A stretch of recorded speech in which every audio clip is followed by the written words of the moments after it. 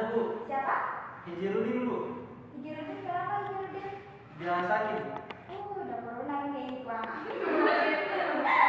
Oke, anak-anak sekalian, di masa pandemi ini kita itu harus jaga jarak, pakai masker, jangan lupa cuci tangan ya. Ya Bu. Siap dah? Iya Bu. Mana maskernya? Ini Bu. Maaf Bu, kita mana masker tak? Oh iya Dina, terlupa, maaf nih. Maafkan Yudi, saya pakai dulu. Nah, oke. Semuanya sudah pakai masker ya, makanya itu tadi lupa. Nah, anak-anak sekalian, sebelum kita memulai pelajaran, terlebih dahulu, mungkin kita berdoa dulu ya. Ketua kelas, pimpin doa. Teman-teman sekalian, sebelum kita belajar, marilah sama-sama kita berdoa. Berdoa dimulai. Berdoa selesai. Nah, anak-anak sekalian, sebelum kita memulai pelajaran pada hari ini, ada yang tahu kita akan belajar tentang apa? Saya Bu. Saya Bu. Coba Hikmah. Sistem otot Bu.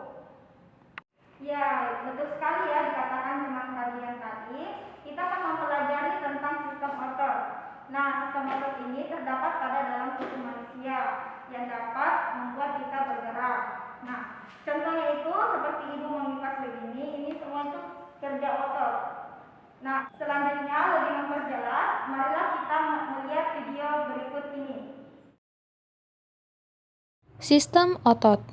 Manusia dapat bergerak berkat adanya sistem otot. Begitu juga dengan organ-organ dalam tubuh manusia. Fungsi sistem otot.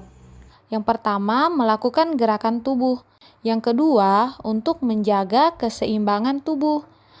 Yang ketiga, yaitu mengatur postur tubuh.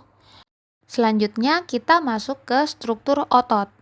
Struktur otot terdiri dari sarkolema, sarkoplasma, miofibril, dan miofilamen. Yang pertama yaitu sarkolema. Sarkolema merupakan membran yang melapisi suatu sel otot yang fungsinya sebagai pelindung otot. Yang kedua disebut dengan sarkoplasma. Sarkoplasma merupakan cairan sel otot yang fungsinya untuk tempat di mana miofibril dan miofilamen berada. Yang ketiga yaitu miofibril. Miofibril merupakan elemen kontraktil jaringan otot rangka yang terdiri dari serat-serat pada otot dengan berdiameter 1-2 mikrometer. Dan yang terakhir yaitu miofilamen.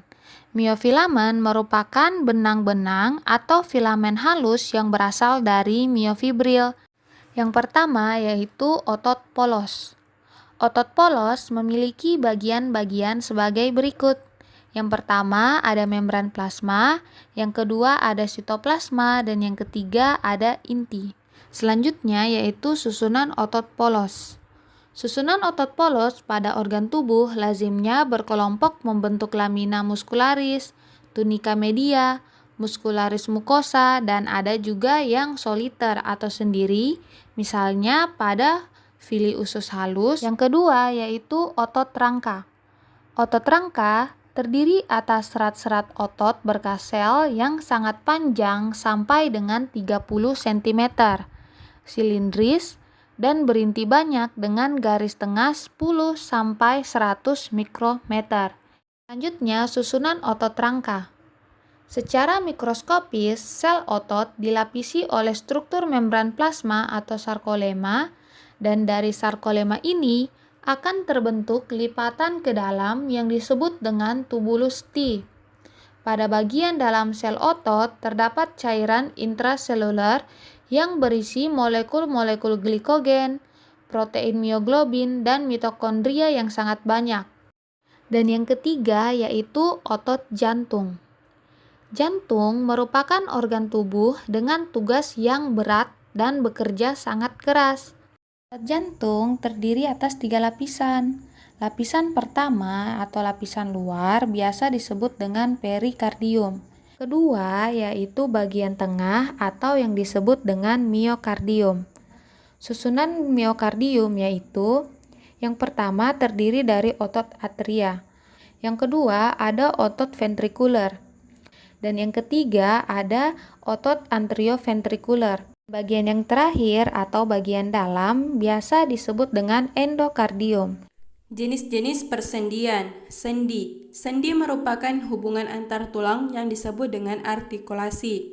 Agar artikulasi dapat bergerak, diperlukan struktur khusus yang disebut dengan sendi. Dengan adanya sendi dapat membantu mempermudah gerakan. Sendi yang menyusun kerangka manusia terdapat di beberapa tempat. Terdapat 3 jenis hubungan antar tulang, yaitu sinartosis, amfiartosis, dan diartosis. Yang pertama, sinartosis atau suture. Disebut juga dengan sendi mati, yaitu hubungan antar dua tulang yang tidak dapat digerakkan sama sekali. Strukturnya terdiri atas fibrosa. Artikulasi ini tidak memiliki celah sendi dan dihubungkan dengan jaringan serabut. Dijumpai pada hubungan tulang pada tulang-tulang tengkorak yang disebut sutura atau suture. Yang kedua, amfiartosis. Disebut juga dengan sendi kaku, yaitu hubungan antar dua tulang yang dapat digerakkan secara terbatas. Artikulasi ini dihubungkan dengan kartilago. Dijumpai pada hubungan ruas-ruas tulang belakang, tulang rusuk dengan tulang belakang. Yang ketiga, diartosis. Disebut juga dengan sendi hidup, yaitu hubungan antar dua tulang yang dapat digerakkan secara leluasa atau tidak terbatas. Terdiri dari struktur sinovial yang berfungsi sebagai pelumas sendi. Mekanisme kontraksi otot menggunakan sistem yang bernama sliding filament. Pada proses ini digunakan 2 filamen. Yang pertama, filamen protein tipis atau aktin dan filamen protein tebal atau miosin.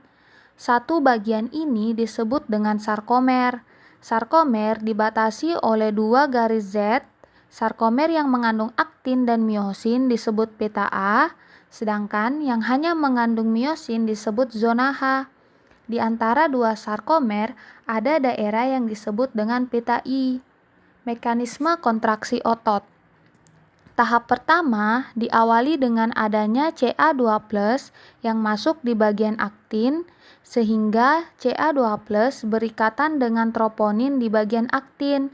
Maka tempat pengikatan kepala miosin ini akan terbuka. Tahap kedua, ATP berikatan dengan kepala miosin. Tahap ketiga, ketika ATP berikatan dengan kepala miosin, maka akan terjadi hidrolisis ATP.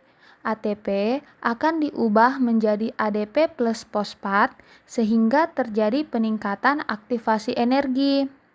Ketika ADP plus fosfat menempel pada bagian kepala miosin, maka tahap berikutnya yaitu kepala miosin akan menempel pada aktin sehingga terjadilah proses kontraksi. Tahap kelima, ADP lepas menyebabkan aktin meluncur. Pada proses ini terjadinya proses relaksasi. Kemudian kembali ke tahap awal dan proses terjadinya secara terus-menerus.